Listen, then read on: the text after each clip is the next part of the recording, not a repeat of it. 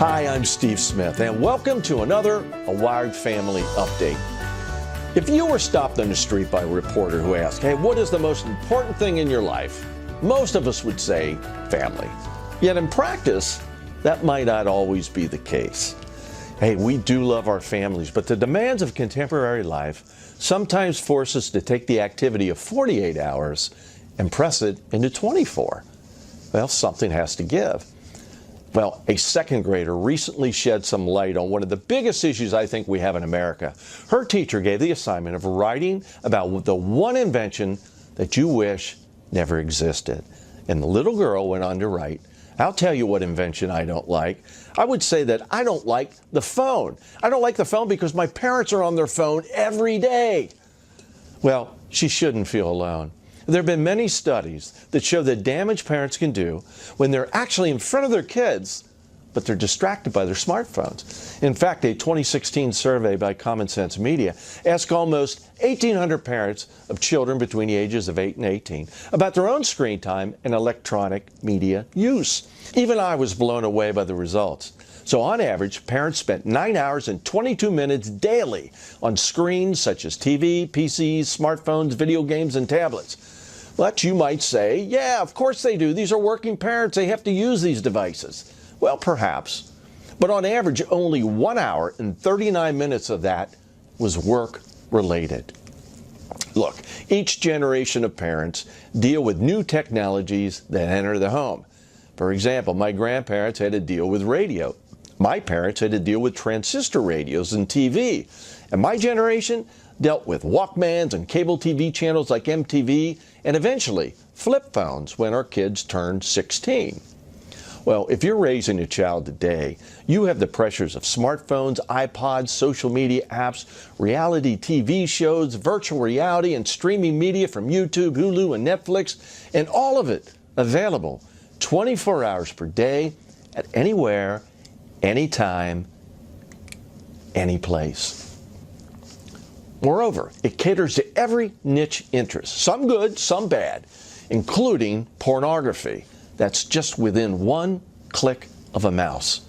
Now, your attention today with this generation could not be more important than to focus it on your children.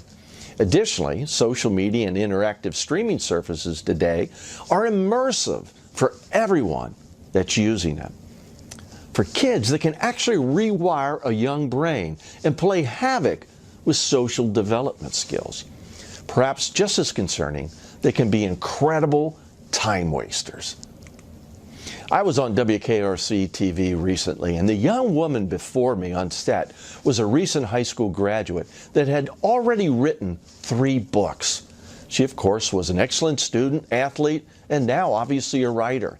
She plans on going to college and studying neuroscience. So how much of her time do you think she wastes on social media? Well, probably not much. My point is, we only have 24 hours per day. You only have your children for a short time. Of that time, 1/3 of it's going to be spent sleeping. Another third will be spent at school. And the last third, if you're lucky, will be spent with you. How will you use that time? Cherish these moments with your kids. I'm telling you, they need you. In fact, recently, Jennifer Zumbiel, a young mom of 4, attended one of my parent presentations. And following the event, she told me of a game she was developing to help families learn to talk to one another again. Well, we got together a few months later, and she shared the game with me. It was so well thought out and perfectly addressed this issue that we have in America. We don't talk to one another. She went on to tell me about how the game really kind of came about. And her husband's client started taking each of his 3 kids on a trip alone with him during the summer that they turned 16. And she said he did this because we only have about 12 summers with our kids. The first 2 summers of their lives, well, you're just entertaining them. And by their 3rd summer, the mutual memories really begin. Then by the time they're 14, they're getting too busy with friends to hang out much with you. Jennifer's game actually helps you jumpstart those conversations with your kids that will really amaze you. That little mind that you think doesn't pay attention, well, it has some surprising memories and thoughts that extend well beyond that glowing screen that's in front of you and in front of them. I have no stock in Jennifer's company or any other product or service that I discuss on this program, but I think it's worth a look. You can find more information about the game at togathermoments.com. I'm sure most agree that our kids are the most cherished thing in our lives. To my wife and I, they are truly a gift from God. Although I know at times that's not always so obvious.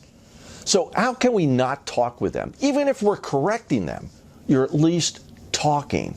They know you care, and they need some guidance. They need some boundaries. So if we're driving them to school, let's tell them to take their earbuds out and talk to us.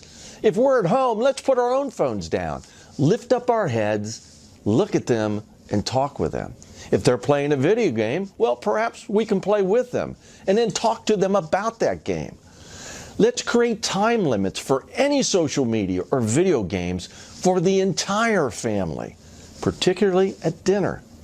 You know, we have many videos and articles on a Wired Family that will go into additional detail concerning social media and technology.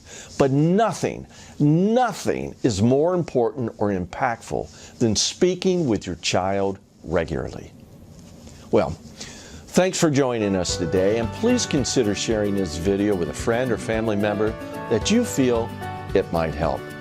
For more information, go to awiredfamily.org or email us at stephen@awiredfamily.org.